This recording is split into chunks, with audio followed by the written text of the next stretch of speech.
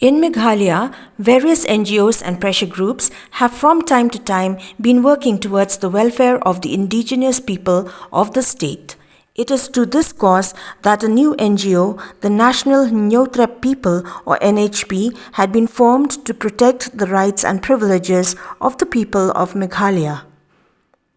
On 25th November 2020, the NHP National People held a press conference at the Shillong Press Club to make known to people their existence and to also inform the masses about their ideology and purpose.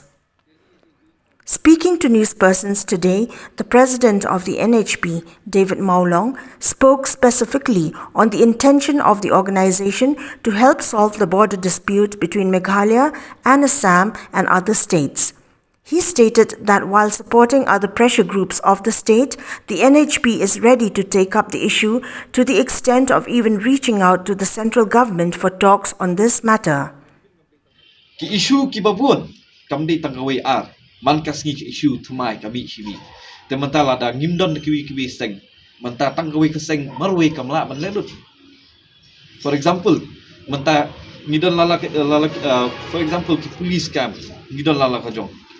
police station pilih hanong live khara kadon la kajong hapo lunding tree don la kajong shawe kidon la kajong. Why not have one? Not possible.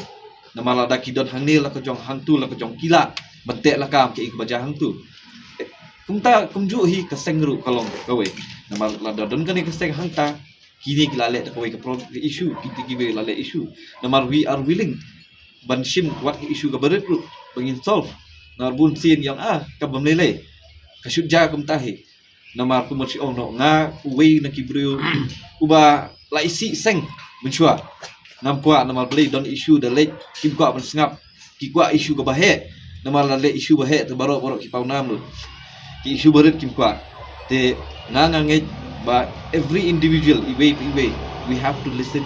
ni de baniarap iwe la da kan ka bahe de baret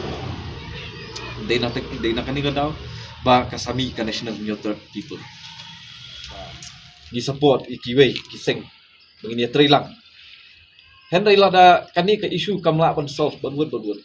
ni nakaliang keseng ni lada berai ni shong meeting mana kani lada ka sarkar jungi maglia kam sngap ni ban sing in her sedu Delhi ban pun sawa ban pun osngo bangi kwa ban pendep noi kani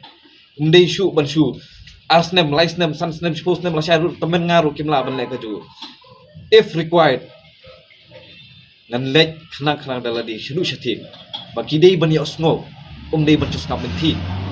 He also informed that the organization will go ahead, if need be, to approach the central government for discussion to solve the border issues and, I quote, will not wait or linger, unquote, as a solution to this matter has been delayed for many years now.